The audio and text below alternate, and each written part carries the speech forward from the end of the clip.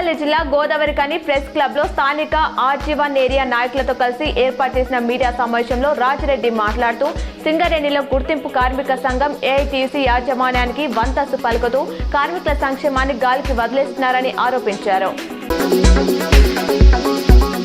రెండు తెలుగు రాష్ట్రాలకు సంబంధించిన తెలుగు టెక్టర్స్ యూట్యూబ్ ప్లాట్ఫామ్ కు దక్కిన అరుదైన అవకాశంగా భావిస్తున్నామని సదాశివ ఫౌండేషన్ సభ్యులు తెలిపారు. గోల్డెన్ వీసాతో 10 ఏళ్ల పాటు కుటుంబంతో సహా యూఏఈలో ఉండేందుకు అవకాశం రావడంతో ఎంతో ఆనందంగా ఉందని సయ్యద్ ఆఫీస్ అన్నారు.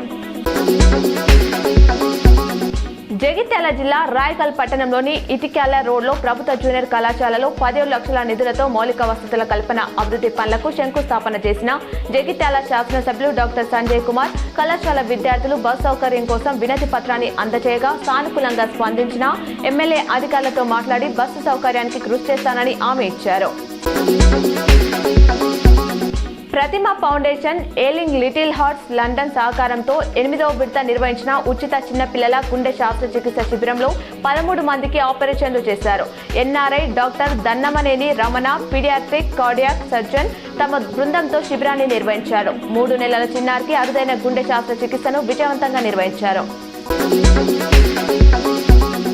కరీంనగర్ సహకార అర్బన్ బ్యాంక్ నామినేషన్ గడువు ముగిసింది. 12 డైరెక్టర్ పోస్టులకు 54 మంది పోటీలో నిలిచారు. రాజకీయ పార్టీలకు అతీతంగా జరిగే అర్బన్ బ్యాంక్ ఎన్నికల్లో కాంగ్రెస్ పార్టీకి చెందిన నాయకులు 3 గ్రూపులుగా విడిపోయి వేర్వేరుగా ప్యానెల్ ఏర్పాటు చేశారు. పెండింగ్ లో ఉన్న స్కాలర్షిప్ ఫీజు రియంబర్స్మెంట్ నిధులు వెంటనే విడుదల చేయాలని కరీంనగర్ లో ఎస్ఎఫ్ఐ విద్యార్థులు ఆందోళనకు దిగారు. ఎస్ఆర్ఆర్ కళాశాల ముందు ధర్నా రాస్తారోక నిర్వహించారు. పేద విద్యార్థులు ఉన్నత విద్యకు దూరం చేసేలా కాంగ్రెస్ ప్రభుత్వం వ్యవహరిస్తుందని ఆందోళన వ్యక్తం చేశారు. జగిత్యాల జిల్లా కొరుట్ల పట్టణంలోని శ్రీ వెంకటేశ్వర స్వామి దేవాలయం నుండి ఆదివారం రోజున ఉదయం కరీంనగర్ లో జరుగుతున్న శ్రీనివాసుల ఆత్మీయ సమ్మేళనం కోసం పట్టణం నుండి సుమారు 60 మంది శ్రీనివాసులు బయలుదేరి వెళ్లారు.